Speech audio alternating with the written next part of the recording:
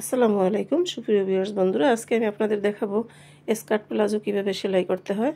তো প্রথমে আমি ভাঁজ খুলে নিব। ভাঁজ খুলে নেওয়ার পরে প্রথম যে সেলাই করব সেটা একদম সোজা যে সেলাই আছে সেই সেলাইটা দিয়ে আমি দুই পাটি এভাবে জোড়া লাগিয়ে নিব। তো দেখুন একটি পাট আমি সরিয়ে নিলাম। এই যে এখানে দুই পাট, এই জোড়াটা কিন্তু একদম মাঝখানে। তো এখানে আমি প্রথমে সেলাই দিয়ে নিব।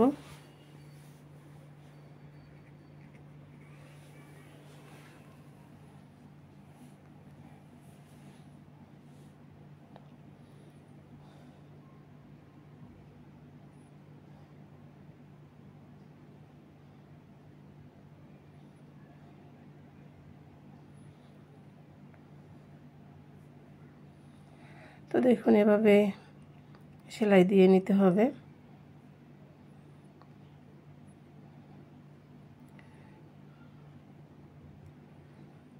তো অবশ্যই ডাবল সেলাই দিতে হবে, যেহেতু এখানে মাঝখানে সেলাই এটা।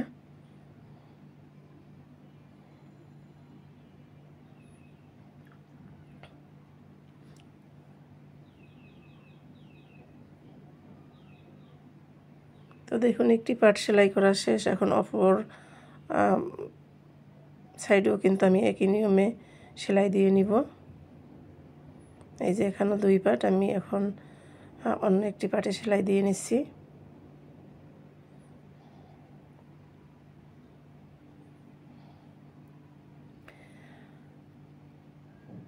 স্কার্ট প্লাজো সেলাই করা একেবারেই খুব সহজ, একটু চেষ্টা করলেই সবাই পারবেন। তো দেখুন এভাবে সেলাই দিয়ে নিতে হবে এবং খুব অল্প সময়ের ভিতরেই কিন্তু সেলাই হয়ে যায়। এখানেও ডাবল সেলাই দিয়ে নিতে হবে।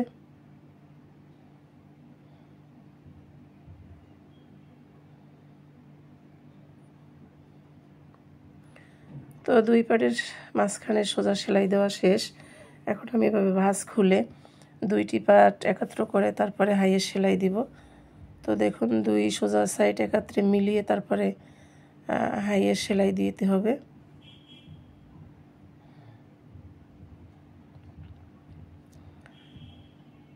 তো এই যে আমি প্রথমে এক সাইড হাই সেলাই দিয়ে তারপরে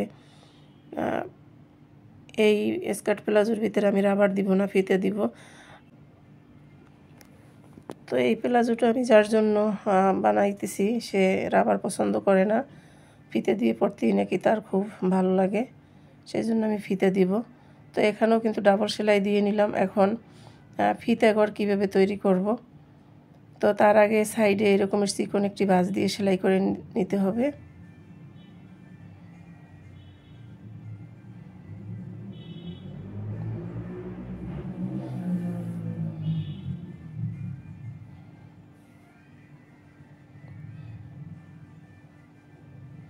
তো দেখুন পুরোটা সেলাই করে নেওয়ার পরে এখন এই সাইডে যতটুকু আমি সেলাই করব ওখানে চক দিয়ে দাগ দিলাম। আর মাঝখানে কিন্তু 1 থেকে 1.5 ইঞ্চি জায়গা ফাঁকা রেখেছি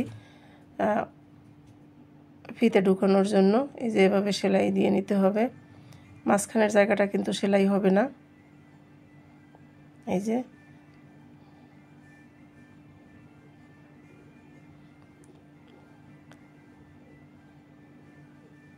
দেখুন এভাবে সেলাই দিয়ে নিলাম। এখন ডাবল সেলাই দিতে হবে।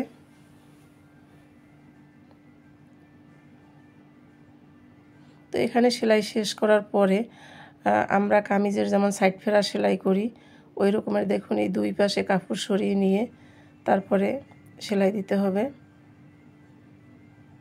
এই সেলাই দেওয়ার কারণ ফিতা যখন ঢুকাতে যাব তখন যাতে কাপড়ে না বাজে এবং দেখতে যাতে সুন্দর হয়, সেই জন্য এই সেলাইটা দিলাম। এই যে দেখুন ফিতাঘর তৈরি হয়ে গেছে। এখন আমি এই যে ভাঁজ দিব, যতটুকু সেলাই করা আছে ওইখানে ভাঁজ দিয়ে পুরোটা এভাবে ঘুরিয়ে ঘুরিয়ে সেলাই দিয়ে নিব।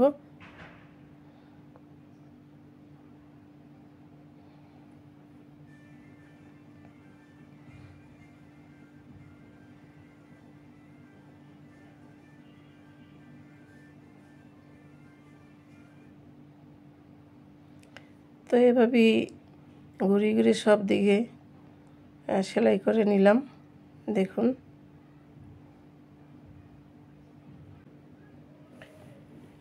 তো দেখুন বন্ধুরা, ফিতেঘর কিন্তু তৈরি হয়ে গেছে। এই যে, তো এখন পায়ের সাইড প্রথমে আমি চিকন একটি সেলাই দিয়ে নিয়েছি অফ ক্যামেরা। এরপরে আরেকটি ভাঁজ দিয়ে পুরো 2 সাইডই এভাবে সেলাই করে নিতে হবে।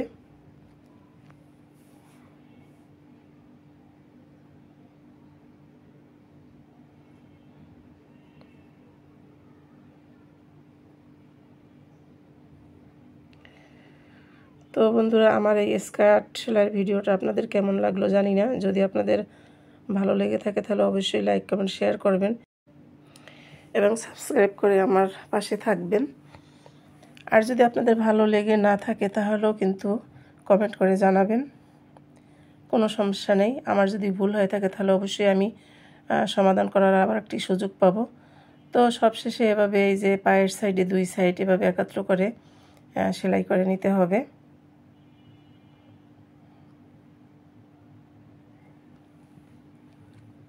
তো এভাবে পায়ের সাইডে সেলাই দিয়ে ঘুরিয়ে কিন্তু 2 সাইড সেলাই করে নিব আমি। যে দেখুন, এখানেও ডাবল সেলাই দিতে হবে।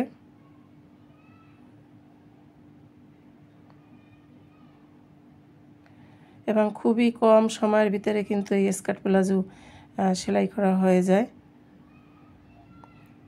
কাটতে যেমন সহজ এবং সেলাই করতেও কিন্তু ততটাই সহজ। শুধু একটি মনোযোগ এবং ধৈর্য সহকারে দেখলেই আমরা হয়তো সবাই পারবো।